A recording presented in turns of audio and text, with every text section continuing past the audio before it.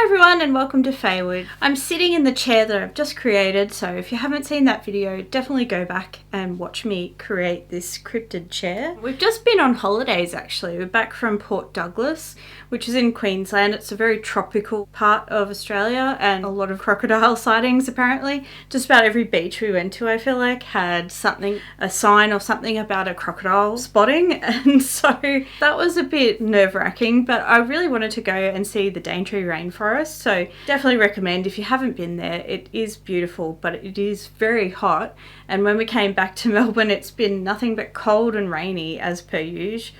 It is getting warmer here in Melbourne, but I think it's going to take a while before we actually get some nice sunny weather. I wanted to do a video today, partly because I wanted to let you guys know some updates for the channel, but also because I've been thinking about doing a different type of video where I sit down and sort of share some of the things that I'm like loving, inspired by, or doing. Because sometimes I have like tools that I'm really loving, or I want to talk about something I'm a little bit inspired by, but it's not enough to warrant its own video. And I feel like there's a long time between projects sometimes, because I mean this project, as you know, took quite a long time, about 3 months. Part of that was waiting for things to arrive in the mail, but a lot of it was also, it was just difficult and it took me a long time. I'm going to start with some channel updates. I know I just recently had channel updates, I think, mentioning I was going to put music up on my channel. I've been looking at my channel and rethinking how I've got the content, and I've realised I don't think the algorithm knows what on earth I'm about, because I've got everything on here. I've got obviously the crafting stuff, I've got when I was cooking, I've got those videos. Recently I've got music, I've had some travel stuff, I've had some makeup stuff, and I've made a decision to sort of really hone down into what I'm doing on this channel and keep it to craft and move all the other stuff somewhere else, or delete it potentially. So I'll move all of the cooking stuff onto the Feast of Faewood channel, so you'll be able to watch that there. I'm going to create a separate channel for Dad's music and put all of Dad's music into one channel, and I'll just call it Fincastle Mill, which is the name of their band. Some of it I might get rid of, you know, some old vlogs that I've got, some makeup content that's not really costume related or fairy or anything, it's just makeup hauls, anything that sort of doesn't really feel like it fits into my channel. So if there's anything like that you think you might be interested in, you'll have maybe a week or two to have a look at it or download it or whatever. And then I'm going to remove it from my channel, and you'll be able to still watch the Feast of Faewood on the Feast of Faewood channel, and the music will be on Fincastle Mill when I get that created, and some of it I'll just remove. And speaking of channel, I haven't yet been able to monetize. They make it really difficult to monetize your channel. There's a lot of requirements now. You've got to have a certain amount of subscribers. You have to have 4,000 watch hours over a year period. And that year is sort of like a rolling year. And so I was really close when I first came back to YouTube. I think I had 3,900 or something hours, and I thought, oh, that's it, I'm gonna get it soon, I'll be able to remonetize. And I've slowly, steadily watched that number drop down further and further. And I think it's just down to the fact that I used to get more views on my videos and I haven't been filming for a while, and so steadily and slowly that's just dropping down and down and down. I don't know if I'll be able to remonetize again. We'll have to wait and see. So in the meantime, and really just going forward anyway, I want to make sure I'm focused on things that I really want to make and projects that I'm really inspired to do. And not that I wasn't doing that, but I was for sure doing things that I thought my audience would really like and that might get a lot of views. For example, all of the wing projects that I was doing. And not to say I don't enjoy doing wings, but if I don't have anywhere to wear them, I'm sort of wondering if I create more wings or I leave that as, you know, what it is for now, and move on to other things instead. But if there's things that you guys think you would like to see, let me know, and I can factor that into my decision making when I decide what projects to do. I'm thinking my next project might actually be the mosaics again, because I don't want that project to fizzle and burn. I really want to get that path installed into our house. We've worked out we need 3 more pavers done, so we do need to go and get the pavers so that I can do them. And then I'll make 3 more mosaics. I might share the making of the path as well, but I think I'll need Dan's help, and he doesn't like to be filmed, so I don't know how much of that part I'll actually be able to show. I seem to be losing my voice a little bit. You might hear it crack a little bit. Full disclosure, I filmed this whole thing already and I had the wrong settings on my microphone there, and it just had this background hiss through all of my talking. I thought I would mention a few tools and things that I've been really enjoying in doing this recent project, because I actually bought a couple of things during the project as well. So one of the things I was trying to do was, when I was making the skull for the top of this chair, my husband had bought me this really dense sort of stiff foam that's for insulation.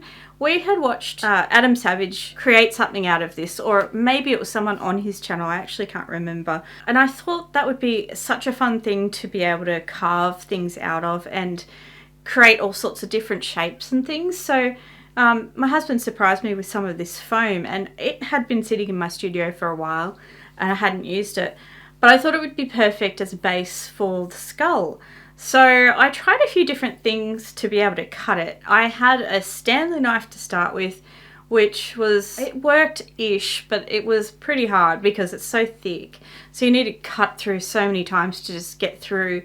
And it's difficult to be precise, I found, with that, because it wasn't sharp enough maybe, although I did keep trying to sharpen it on like my little whetstone thing, but that didn't seem to work out too well. So I ended up buying, you know, one of those like turkey cutters or roast meat cutters, and it's got the vibrating knife. I remember seeing someone use that on foam. I couldn't remember in what sense they used it, but I thought I'd give it a try because it's like $40 or whatever. So I got one of those from Amazon, and long story short, it didn't work. I tried to use it, it just didn't want to cut through. And I realized I was actually using it on the wrong kind of foam, because I think that one is for soft foam.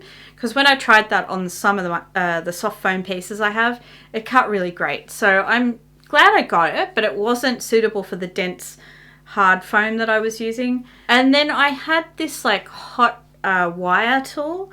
It's very thin wire, and it also had another attachment that was like a long bit of wire. And I thought, let me give that a try, because I've heard of people using the hot tools on foam, especially like styrofoam and stuff like that.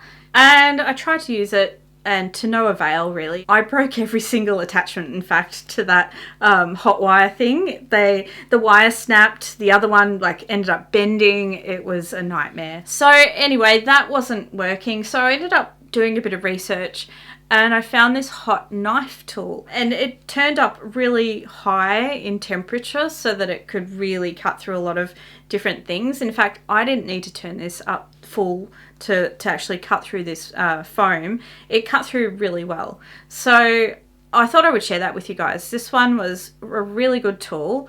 I believe I spent about $130 on it, so it's not the worst, but and I think it will be really handy. It came with 2 different knife attachment things. I didn't even have to turn up to full ball, as I say.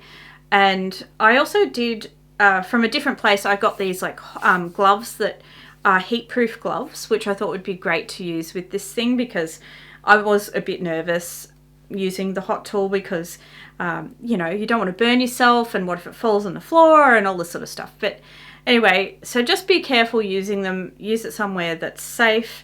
I put a nice big tile piece out that I could sit the tool on, because it's like fireproof, and I use that often for things that are hot, and that worked out really well. And that with the gloves as well, so I could stop from burning myself on anything. It was a really good combo. Now, a couple of other things I used for that project, which I also really like.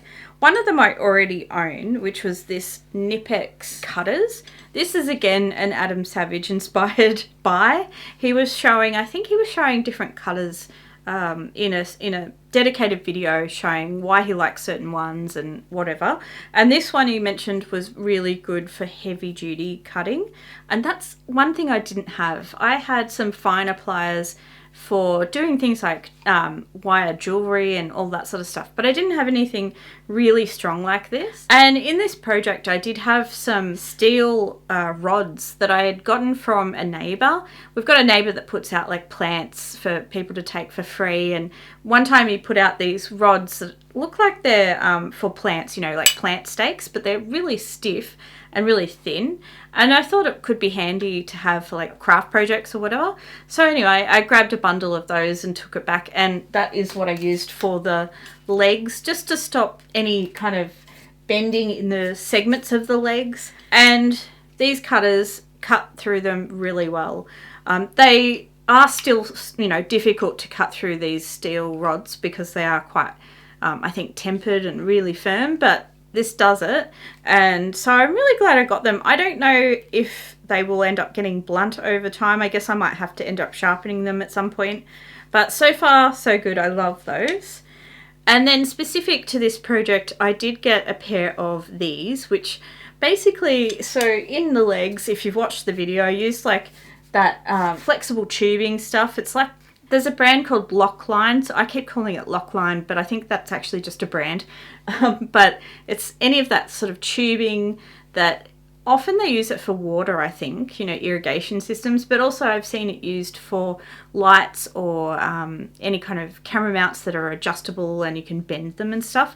So that sort of bendable tubing stuff.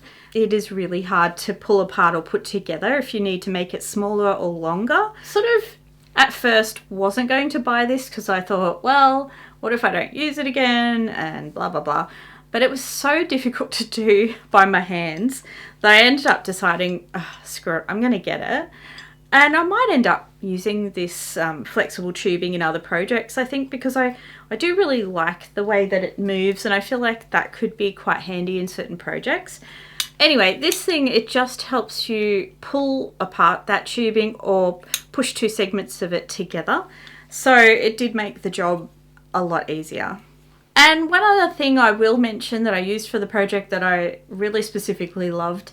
So I have a Dremel. I've had one for a number of years, and I had just a basic sort of Dremel pack mixture of like sanding bits and cutting bits and stuff. But I didn't really have any that were more for, I guess they call them cutting bits, but it's like it will take out a lot of material. You know, if you're wanting to carve away something, these cutting bits are exactly what you need for that.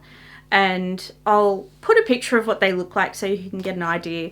I got them on Amazon, I believe, and I think I only spent like $15 on them max.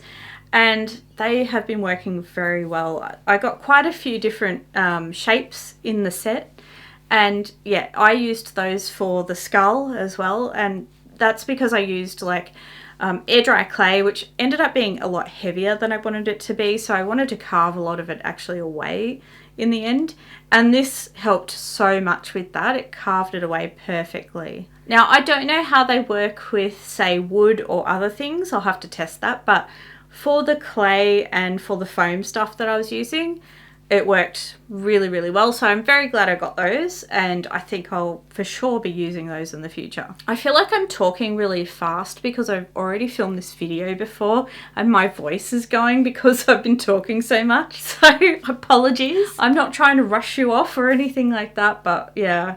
Oh my God, it has killed my throat. So I've been having to think about what projects I might want to do next, and I've got a few things on the horizon. I definitely want to keep going with my mosaics because I need 3 more pavers done. I will do the path as well, and I'll see what I can film of that. As I say, Dan doesn't love being filmed, and if he's helping me, it might be a bit challenging to get a lot of footage of that, but I would like to share some of that with you guys. I have also thought about finishing off the necklace that I started for the members only videos. This was a necklace that was very inspired by these hagstones that I'd seen, and the mythology around hagstones is, if you look through them, you see into the fairy realm. And I loved that and the idea of this sort of ancient magic and so forth. And I was trying to create a necklace very much inspired by all of that. So potentially, if you guys are interested, I could share that with you, give a bit of background on the inspiration, colour story. Let me know if that's something you'd be into, or potentially I could start another necklace if there's people on the channel that are interested in necklace creation and, you know, what I do to sort of get inspired, and I don't know, or if you have a specific type of necklace you think would be cool for me to make, let me know. The other thing I've been thinking of possibly doing, I would love to do like a floor standing lamp that's made out of natural wood and paper, similar to how I made the Hobbit lanterns. I'll put a picture in.